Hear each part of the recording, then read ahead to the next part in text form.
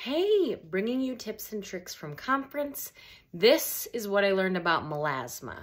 So, it's actually just a discoloration of your skin, usually brought on by hormones. Different cultures of women are more prone to it. Sometimes it goes away and sometimes it doesn't. At conference, they talked about that melasma, the parts of your skin that have melasma. I don't suffer from it currently, but I had it with my pregnancies. And that skin is just a little bit more dry. So they said Saint cream is melasma's best friend because that particular part of your face or your skin is more dry. So putting a heavy dose of Saint cream on those areas at night is really going to help reduce the difference in texture from your other skin. So that was one tip.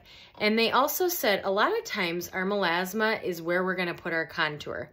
And when we have melasma and we put contour, that ashy shade, right on top of it, it actually looks muddy and not like it should.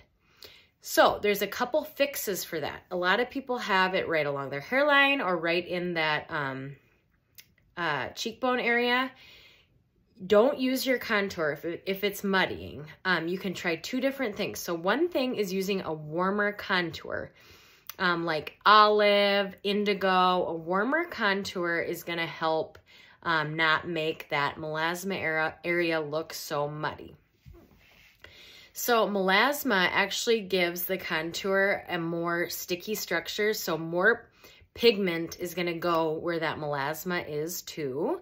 So another option is putting a light dusting of Bella bronzer over the top of that melasma to create kind of a barrier, and then stippling your 3D foundation on top of that. So I thought that was pretty interesting. And we're not dabbing into demi with that. That's just kind of dealing with what we have in our palette, our 3D foundation plus Bella bronzer.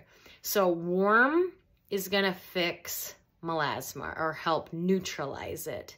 So if you have it in those contour lines and you've noticed that it picks up more pigment and it's a little muddied, you should try a warmer bronzer. If you want to, you can go that route, which would be olive, indigo. I'm trying to think what else we got for warm bronzers. That's pretty much it. Most of them are cooler and a little more ashy. There are some neutrals like Astoria, but olive and indigo. And then if you really just want to put a barrier between and apply the contour that you have, use a little dusting of Bella. And they said the best brushes to use for that would be like a blend brush, because you just want a little bit of amount to create a barrier between your 3D foundation and that melasma, so more pigment doesn't get stuck to that particular area. Crazy, huh? And then if you have areas that are a little bit more heavily pigmented or wider, you can always use your blush and bronzer brush. But these were the brushes recommended. Warmth is actually going to help melasma. And then again, it's a drier area of your skin. So moisturizer is key. Let me know what you think of this and if this is helpful for you.